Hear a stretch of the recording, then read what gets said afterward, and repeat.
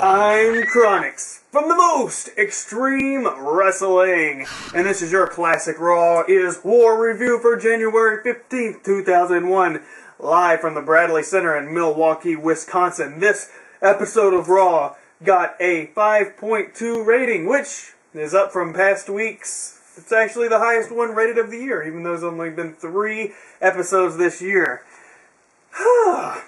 First, we get our little tribute to Martin Luther King Jr. because it is Martin Luther King Day. It's pretty much the exact same video they showed last year at 2000, and it's pretty much the same video they still show today. Okay, first match of the night. It's the Hardy Boyz and Lita versus RTC of Steven Richards, Val Venis, and Ivory in an intergender match. Not a very great match, but hey, you get poetry in motion, wheelbarrow suplex, it's a Hardy special. Everyone goes crazy when Jeff finally gets in the match, and people go even crazier when Lita gets in the match. It's amazing to me how over Jeff and Lita were. It's just completely crazy. Lita finally gets this tag, that's when she gets the pop. She takes out Val with the Hurricane Rana.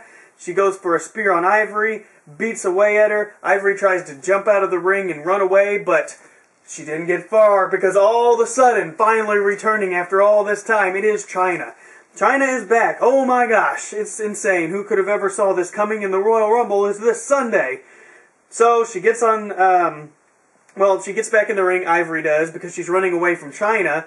She gets a twist of fate done to her by Lita, and Ivory gets pinned, and Lita and the team of the Hardy Boyz win. So, after the match, Chyna gets on the microphone, she says she's not 100%, and the way she sees it, Ivory has 5 days of physical well-being until the Royal Rumble when they have a match for the women's title. And I thought, 5 days? Really? Because it's Monday night and the pay-per-view's on Sunday. Isn't that like 6? I don't know, but whatever. The Royal Rumble is this Sunday, and Crystal and Chronix will be reviewing the entire Royal Rumble pay-per-view, not just the Royal Rumble match, but the entire pay-per-view. The Royal Rumble. I was playing this game on Dreamcast at the very time of this episode was going on, around that time. And oh, that game. I don't really want to talk about it. But a limo pulls up backstage. It's Triple H and Stephanie. So you know what that means. Triple H and Stephanie are coming straight to the ring to get on the microphone. But first, Triple H and Stephanie come out and they debut brand new music. And it is the Motorhead theme that they still use to this day. Well, at least this day in 2012. Triple H gets on the mic and he says, everywhere he's gone, from hotels to airports, people have been saying to beat Stone Cold up and beat him up good, He says that he is going to leave Austin alone, though, until the Rumble, because if he gets physically altercated, he's going to lose his spot for his title spot. So, via satellite, here comes Vince McMahon, surrounded by all kinds of XFL merchandise and products. Oh boy, I bet he wish he could blur all that out nowadays. He says the XFL will be kicking off on February 3rd, coming up very, very shortly. Vince is telling Triple H, you better not physically provoke Austin because you will lose your title. And by the same token, if Austin comes in and provokes you, then he will lose his spot in the Royal Rumble and lose his spot to go to WrestleMania 17 in Texas, and that cannot happen. So, he makes a tag match because of what happened on SmackDown. There was a big altercation about how Austin screwed it up. So the Dudleys in a 6-man tag against Kurt Angle, Edge, and Christian, and that's going to be later on. Triple H talks about how, Kurt Angle is only champion because Triple H allowed it. And Triple H never lost his belt. But Kurt Angle's the champion. I don't know what you're talking about. And, of course... Oh, and first he says, it was pretty smart how you had at Survivor Series, you had Angle, you had your brother under the ring. That showed nads, is what he said. He says, you know what, I don't really care at the Royal Rumble. You can bring your family, you can bring your brother, you can bring your friends, you can bring Nancy Kerrigan, you can bring the 1980 hockey team out there. But I'm going to beat you. And win the WWE Championship and go on to WrestleMania. But Kurt Angle comes out and he says that, Stephanie, you blew it. You blew the shot you had with me. They had some history with, is Angle and Stephanie? What's going on? Are they together, or is it Triple H and Stephanie? But that was last year. That was 2000. So he says that Triple H hasn't been champion since King of the Ring, and I won King of the Ring because I'm Kurt Angle, and I was the King of the Ring in 2000, which was great. I love that. He says that the game, or Triple H may be the game, but so is Donkey Kong, who is just a big smelly ape who people actually like. So kind of a weird statement, but it had me laughing. Says how Triple H has Stephanie in his corner, and how Kurt Angle is going to need somebody in his corner. So he recruits Trish, and as soon as Trish comes out, people start cheering like crazy. And because on SmackDown, Trish Stratus was being a very, very bad girl, and Vince noticed this, and Trish said, well, I think I deserve a spanking then, and it was a pretty hot segment that I was like, it's burned into my memory cells, you know, and she needed spanking, and because of this, Trish is booked against Jacqueline later tonight by Stephanie, in a special match, a spanking match. I don't know what a spanking match is, but I don't care, I'm going to watch it. And Jerry the King Lawler gets super, super duper excited. First hardcore, first title match, whatever. Yeah, first title match of the night is the hardcore title, Raven versus Test. Oh boy. Are you ready for this? Yeah. Raven brings his shopping cart full of goodies to the ring, and he's going to fight Test. Trash can lids, yes. God. So, Raven goes outside. He's going to get his fire extinguisher. He always does that. I don't get it. But he sprays it right in the face of Test. Why do they always do that? I really don't get it. Test goes to the top rope, and if you've been paying attention for the past 3 weeks, every time Test goes to the top rope, that can only indicate one thing. Someone's coming down to interrupt the match. Yes, it's Hardcore Holly with his own referee. So he gets involved, and then Steve Blackman with his own referee gets involved. Who could have seen this coming? Blackman tries to get the fire extinguisher, but Hardcore gets the pair of trash can lids and bashes them right onto the head. Elbow drop from Test. Raven tries to escape, but he only gets about halfway up the ramp, and then Test grabs him. I believe it was Test, but poor Raven. Oh my gosh. He gets picked up, and his head gets rammed right into the WWE.com. Download this little logo right at the top of right at the bottom of the Titantron, right in the middle of the stage. And JR says, Raven just logged on! That's a great little segment and had me laughing. And then as Raven runs away backstage trying to get to the getaway car, here comes William Regal out of nowhere and throws Test into the garage door. Regal hits Test with the European title. Raven grabs the pin, and that was it. But Hardcore and Blackman were still fighting, and apparently they were mad about it, so they're going to have a match later on tonight. Not for the title or anything, because they're not the champions, but okay. Backstage, The Rock gives a very memorable promo as he does his finally thing. He's not excited tonight because he's got a team with The Undertaker 6 days. See, he knows how many days it is. 6 days before the Royal Rumble. The Rock says when all the dust has settled and all the smoke has cleared and all that, he will be the winner of the Royal Rumble. You see, he has a dream, just like Martin Luther King. And body after body after body over the top rope, he will be eliminating everybody. Whooping ass! Whooping ass! Thank God Almighty, The Rock is whipping ass, and he's going to win the Royal Rumble, and dreams are going to come true, and he's going on to WrestleMania to become the WWE Champion. Yes. So Michael Cole's interviewing the Dudley Boyz elsewhere, talking about the Stone Cold 6 days before the deal. Devon's talking about Kurt Angle and Edge. They're going to give them a little preview in this match they're going to have about, later on tonight or whatever. Wasn't that interesting? Pretty boring little segment. And backstage, Triple H and Stephanie are talking to Vince on the phone about how Drew Carey, they're fans of Drew Carey, and I can only think, oh God, this is going to be something bad that's going to happen at the Rumble, right? Because he's now going to be making an appearance at the Royal Rumble. Oh boy, this is going to be great.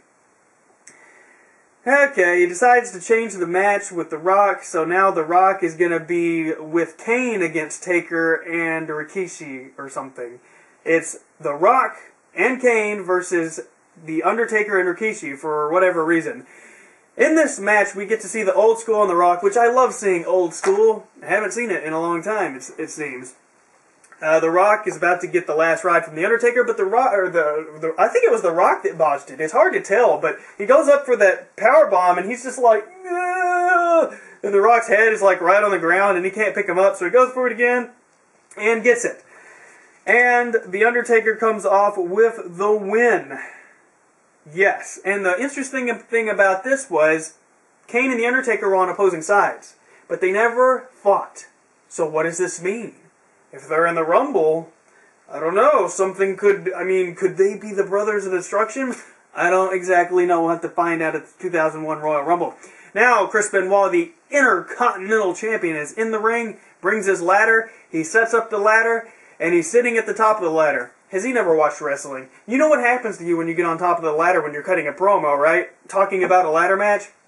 He has put together a video package for Chris Jericho, because at the Royal Rumble they're going to be having a ladder match together. This sounds like it could be an awesome match. But he's talking about it, he says, alright, I got this video, and it's all these clips from SummerSlam and Fully Loaded or whatever previous feuds with them, and it's just Benoit beating the absolute crap out of Chris Jericho, just move after move, German suplex after German suplex, accompanied with Y2J's own entrance music. So it was a really nice thing, and Snaggletooth himself even thought it was funny and started laughing.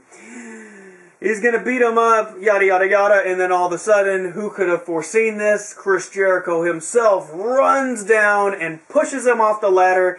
Chris Jericho grabs the microphone, because every time he sees a mic, he grabs the mic and he talks on it. I mean, that's just what he does. He sees a mic, he grabs it. He says, "You can consider that one of my greatest hits," knocking you off that ladder. So the Dudleys are shown getting ready for their match, and then kaboom! Concerto from Edge and Christian. So it looks like they have been taken out, and Austin's looking at a 3-on-1 handicap, apparently. I don't know, it's not looking very good for him.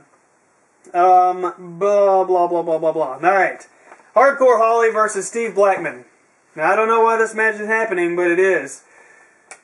Trash can lids. It's a hardcore match. The referee gets bumped. Teddy Long, the referee, gets bumped down, and he's just like, you know what? Screw this crap. So he goes up the ramp, and then he's greeted by a bunch of other referees, and the other referees are like, hey, you got to call the match. He's like, oh, no. I'm done. We're leaving. So, what? The referees walk out. Yeah. So that was kind of weird. Triple H and Stephanie are calling up Vince McMahon on the speakerphone. He's not very happy about being pulled out of a meeting or whatever. Stephanie explains the situation about the 6-man tag match. So Vince sits there and asks, you know, how is S.A. Rios and Kane and Trish Stratus? Stephanie's like, what? You're asking about Trish Stratus? Well, let me tell you this. She's going to be debuting a spanking new outfit tonight, and Vince seems to like what he hears. Now it's time for that match. It's Trish Stratus versus Jacqueline in a spanking match. As Trish Stratus kind of doesn't try to wrestle or anything. I don't know if she's really even done any matches at this point. But she's trying to get away, and Angle comes and tries to stop the match because he didn't want poor Trish to get brutalized or whatever. So, as this is going on, Angle tries to pull her out of the ring, and Jacqueline grabs the tights of Trish Stratus and pulls, and we can see all of Trish's butt and her thong and everything. It was awesomeness. It was great. And the camera got a good shot of it, and Jerry the King Lawler almost freaked out.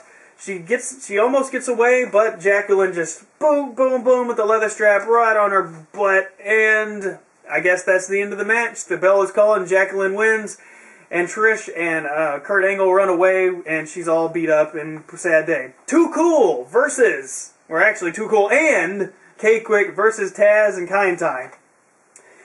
Tazz and Kaientai get on the microphone and says if you change the C in Too Cool to F, it is Too Full. Indeed! So, whatever. Randomness tag match, I don't know. K-Kwik did a backflip, he jumped around, he flew around, he has got way too much energy, this guy does. He is way too young and athletic, I'm telling you. Bulldog and the Worm. But in the end, it's K-Kwik all by himself with Tazz. Tazz mission, kaboom, this one's over after about 4 minutes. Taka Michinoku gets on the microphone and says, K-Kwik has become just another victim. Indeed. Royal Rumble replay was Rikishi dancing with Too Cool at the 2000 Royal Rumble. Austin's backstage, looks a little bit worried and pissed off that he does not have a tag partner for tonight. A lame promo gets cut by Billy Gunn at WWE New York talking about China not being 100% once again. I mean, how many freaking times they get a reminder that she's not 100%? I mean, this is freaking ridiculous. Okay, now we got the match. It is Stone Cold versus versus Kane, or Kurt Angle and Edge and Christian. Did I say that right? Stone Cold and his partner, which we don't know who it is, partners, versus Kurt Angle and Edge and Christian. So, it's the Acolytes. They come running down. Big surprise there for me. I mean, Texas boys, whatever. So, they're going to come in there and fill that void for Stone Cold Steve Austin. You got your superplexes. You got your overhead belly-to-belly suplexes. You got the Angle Slam attempted, but no. Luthez presses again. Angle rakes the face. Angle's trying to beat him up, but then kaboom, out of nowhere, it's the stunner and the victory. Okay, and then who could have foreseen this? Triple H comes running down the ring. And after he gets in the ring, he's looking at Austin. And, you know, he's trying to provoke him, and he's doing everything. He questions Austin's manhood. And he's just doing everything he could possibly do to get Austin to hit him. Because he wants Austin to lose that chance to win the Royal Rumble and go on to WrestleMania. He just does not want this to happen at all. So he does everything he can. Austin kind of walks out of the ring, and then he's like, alright, screw this. He grabs a chair. He's ready to hit him. He's ready to hit Triple H and just beat the crap out of this guy. But then he says no. He throws it down, and he starts walking off. And then, as he gets up to the top of the ramp, Triple H says something that was bleeped out, but I can only imagine it started with a P, and this upsets Austin so much. He comes running out there, and he's just like, oh, no, you just did not say that. He's going to go and beat the living crap out of Triple H, and they're both going to lose their spots here at the Royal Rumble, for the title match and for the Rumble. But no, it's Kurt Angle comes in with the Olympic Slam and kaboom, and then they don't have to fight. And that's how they go off the air, and we can only imagine what will happen at the 2001 Royal Rumble. And stay tuned because Crystal and Carnix are going to review that.